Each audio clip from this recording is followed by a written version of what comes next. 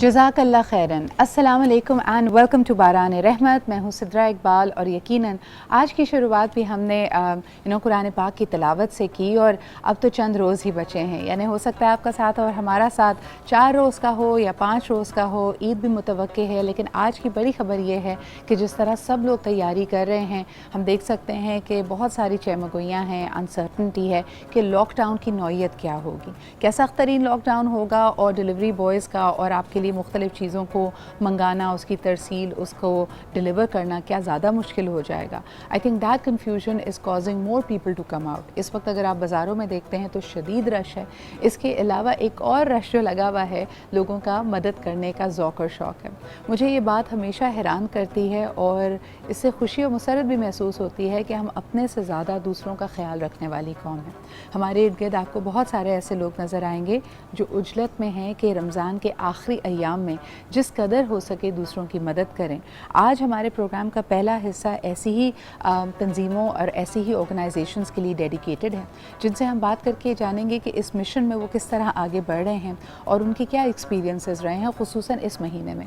हम जानते हैं कि इस साल और इससे गुज़िश्ता साल काफ़ी मुश्किलात का हमें सामना रहा है, लेकिन क्या उनके मदद करने वालों में, मुखय्यर अफराद के आगे बढ़कर सपोर्ट करने में कोई तब्दीली आई है या नहीं, और अगर है तो कहाँ हमें अपने आप पे रिफ़्लेक्ट करने की ज़रूरत है।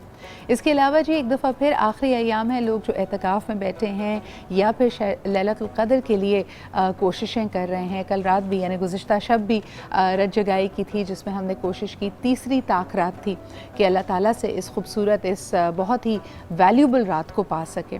तो ये कोशिशें भी हमारी जारी रहेंगी। उलमा इकराम से अगर आपके सवालात हैं तो यकीनन हम उसका भी जायज़ा लेंगे और उनसे उनके जवाब लेंगे।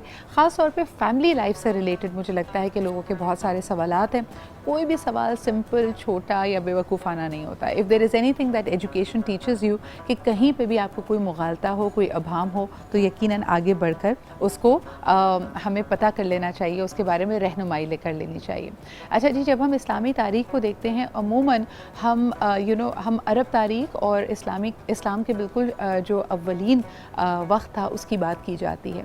लेकिन अगर हम इस ख़ित्ते में देखते हैं, ख़ुसूसन जिस तरह सिंध को बाबुल इस्लाम कहा जाता है कि इस्लाम बर सग़ीर में यहीं से फैला, और उसमें यकीनन मोहम्मद बिन कासिम का नाम और उनके लश्कर का आना और उनकी फतूहात को हम इग्नोर नहीं कर सकते। सिर्फ 17 या 18 साल की उम्र का ये नौजवान जो यकीनन एक बहुत ही दीदा दिलेरी से आगे बढ़ा और बग़ैर किसी फेलियर को ऑप्शन रखे हुए गुजरा।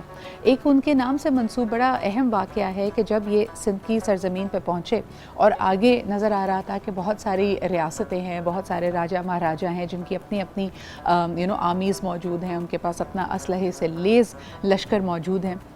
मोहम्मद बिन कासिम की क्लैरिटी और उसका विज़न बिल्कुल सामने था कि उन्होंने कहा कि नहीं जी, किश्तियाँ जला देंगे ताकि वापसी का कोई रास्ता नहीं। एक बुज़दिली की बहुत बड़ी निशानी उस वक्त समझी जाती थी कि जब लश्कर या जब फ़ौज हारने लगती थी तो वो वापसी का रास्ता लेती थी। तो इनके साथ जो तमाम लोग थे उनको बड़ा क्लियर मैसेज था कि आगे बढ़ना है, वापसी का कोई रास्ता नहीं है। आइए इनकी इस फ़तह के हवाले से और बर सग़ीर में किस तरह इस्लाम आगे बढ़ा और इनकी क्या कॉन्ट्रीब्यूशन है, आपको दिखाते हैं ये रिपोर्ट। And welcome back. आप देख रहे हैं बारान रहमत। यकीनन इससे पहले जो आपने रिपोर्ट देखी उसमें सिंध में फतूहात का सिलसिला और किस तरह इस्लाम इस खित्ते में दाखिल हुआ, इसके बारे में आपने जाना। लेकिन जब हम सिंध की बात कर रहे हैं तो अब हमारी जो अगली ऑर्गेनाइजेशन जिनसे आपकी मुलाकात कराएंगे और जानेंगे मज़ीद उनके बारे में बताते चलें कि इनके तकरीबन 35 ऑफिसेज़ हैं और इनके तवस्सुत से जो हेल्थ केयर सर्विसेज मिल रही हैं वो तकरीबन 3 करोड़ लोगों को मिल रही हैं जो इससे मुस्तफ़ीद हो रहे हैं, जिसमें 21,000 छोटे देहात और शहर शामिल हैं। इसके अलावा अगर ओवरऑल डिस्ट्रिक्ट्स में देखा जाए तो 59 डिस्ट्रिक्ट्स में इनका काम फैला हुआ है। मैं बात कर रही हूँ हैंड्स पाकिस्तान की। इनसे मुलाकात कराते हैं आपको एक छोटे से ब्रेक के बाद।